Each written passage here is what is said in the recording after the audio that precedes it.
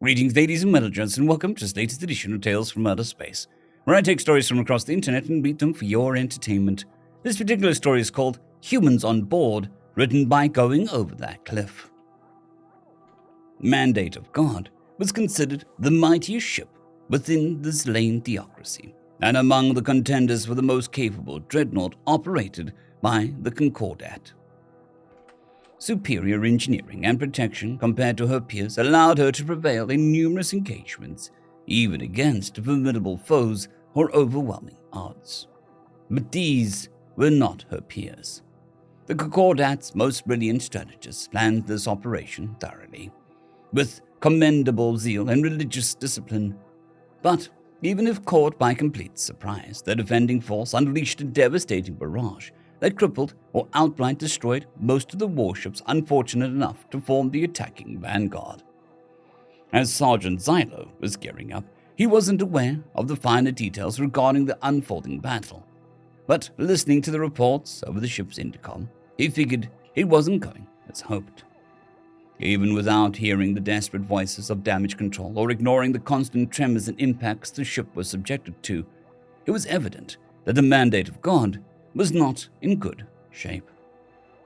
The sudden lurch forward and the loud boom echoing through the ship indicated the complete loss of power to the main thrusters. Meanwhile, the flickering lights before the general blackout and the humming of the emergency LED bulbs confirmed the incapacitation of the reactor. He wasn't surprised when his superiors ordered him and his men to the armory. Yet the mental preparation could not distract him from the unnerving conclusion everyone had reached once the command was given. There could only be one reason for a detachment of infantry aboard a starship to ready themselves. The arsenal room was quiet, even if sprawling with soldiers. No one uttered a word as they loaded their rifles and wore their gear. Not much was said by the lieutenant as he briefed the troopers. There was not much to be said.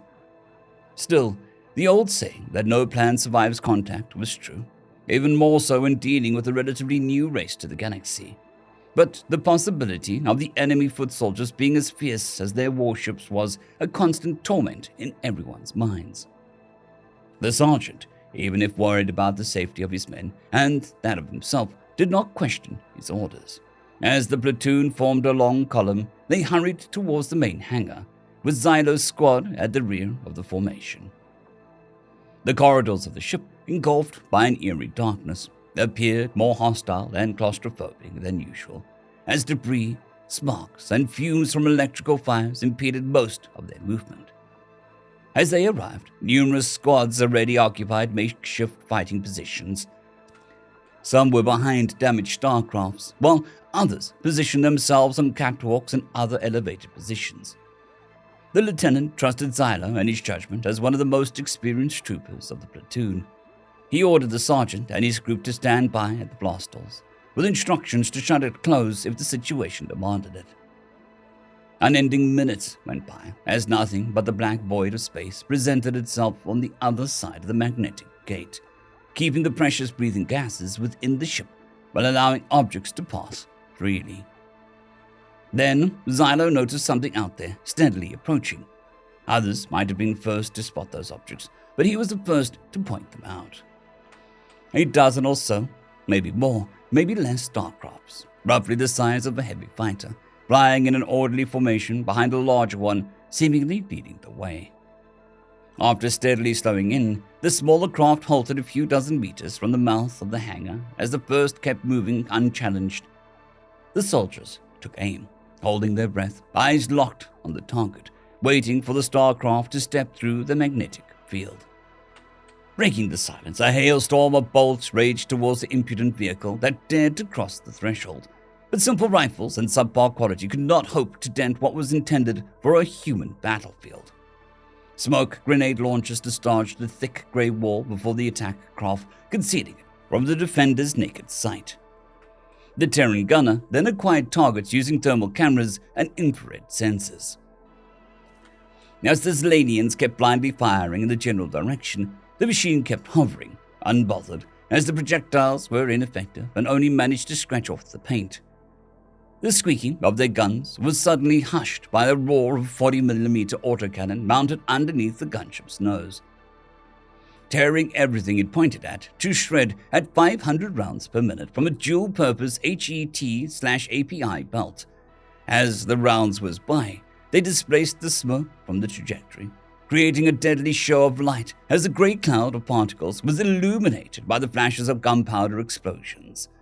Evidently not satisfied with the results, a storm of rockets disintegrated most of the soldiers and their cover that they were shielding behind. Xylo would have suffered the same fate if not for someone pulling him by the collar behind safety. Just as he fell on his back, a burst of automatic fire caused a chain of impacts and explosions just where the sergeant was standing. Struggling to stand back up, as the concussive force was significantly more than his eardrums could tolerate, Xylo was relieved to know that his team was still in one piece, something that could not be said for the rest of the platoon. Calling over one of his men, he instructed him to peek into the hangar using the corner camera he was issued. They then huddled behind the bright screen.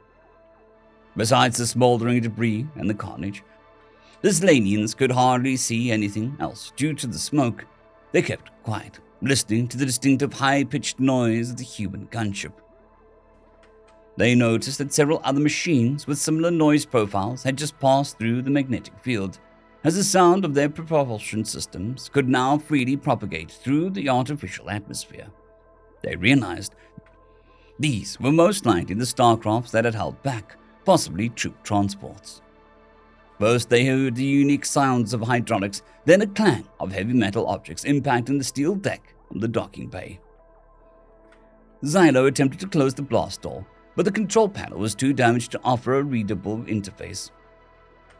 Without attempting a physical override, the small group retreated deeper inside the ship as they heard several footsteps moving towards them. Even if fast, the Slanians could not outrun the assaulters, outfitted with space-rated armored power suits. Before they could reach the momentary relief of a secondary walkway, a stream of bullets gunned down one of the soldiers. Xylo took point just behind the corner. He briefly exposed himself to locate the enemies. Regrettably, he could not see much before backing behind cover, as the emergency lights did not provide much illumination. Nevertheless, he managed to spot numerous dark shapes and shadows silently moving around along the walls of the long corridor. Just as he was about to peek again, this time to open fire, a hail of lead impacted a few centimeters from his head. Stunned and under suppressive fire, the sergeant was forced to relocate with his team as he heard several enemies rushing his position. Another burst from one of the Terrans, another Zelanian soldier motionless on the ground. Enraged, Xylo fired blindly from behind the relative protection of the nearest pillar. Caught in a panic, the youngest of the team gave away his position in an attempt to contribute to the fight. He was taken down by a single loud boom that echoed with a terrifying tune in the lightless corridors. Looking at the lifeless body, Xylo noticed how the uniform was sparse with several punctures of relatively small diameter. He loudly cursed for the humans using pellet launchers, calling them barbaric and uncivilized. With no hope of achieving fire superiority, the sergeant ordered his remaining troops back, even deeper within the ship. After costly exchanges with no sign of success, the team reached a barricade position that served as a checkpoint prepared by other Slanian soldiers. These appeared to be better prepared, as they managed to take down two of the pursuing enemies. A quick shuffle ensued. It seemed to end quickly, as the humans stayed behind cover and tended to their casualties. Meanwhile, Xylo regretted not doing the same for the fallen comrades. Regardless, he felt safer, knowing there were over 50 steps of unobstructed line of fire between them, as well as a repeater bolter gun operated by his allies pointed straight at the assaulters.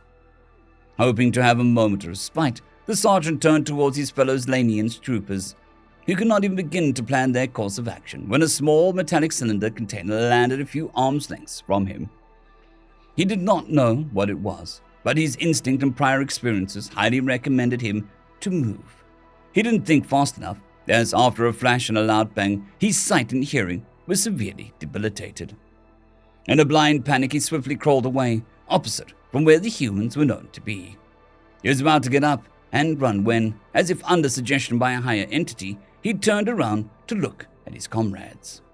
While they were rolling painfully on the ground, their hands on their eyes and ears respectively, he saw a figure silently walking up to them.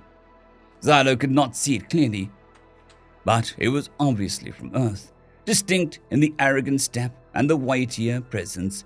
He was sure that it was a human, a dirty Terran.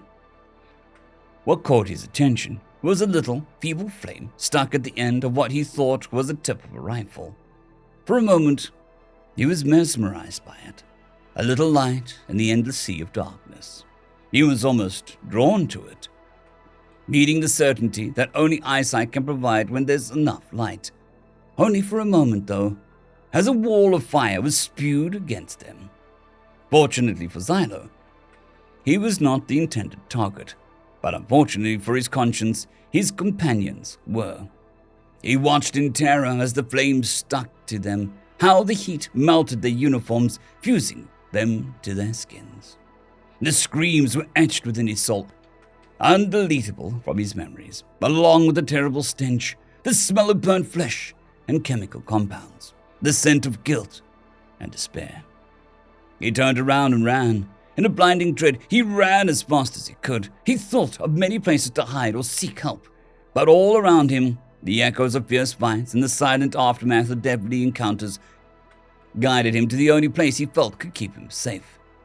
When he reached the bridge, he pleaded with the officers to shut the doors, to seal them close.